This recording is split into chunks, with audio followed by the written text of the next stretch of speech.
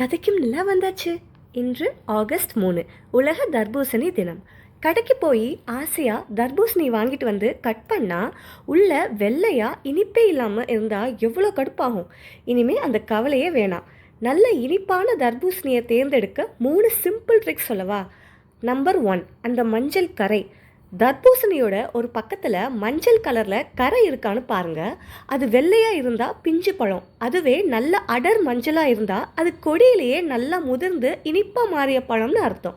Number 2, தட்டி பாருங்க. பழத்தை லேசாக தட்டி பாருங்க. டப்பு டப்புன்னு கொடன்னு சத்தம் வந்தால் அது காஞ்சி போச்சுன்னு அர்த்தம். அதுவே டொக்கு டொக்குன்னு நல்லா கனமான சத்தம் வந்தால் உள்ள ஜூஸியாக இனிப்பாக இருக்குன்னு அர்த்தம். நம்பர் 3, பழுப்பு நிற நரம்புகள்.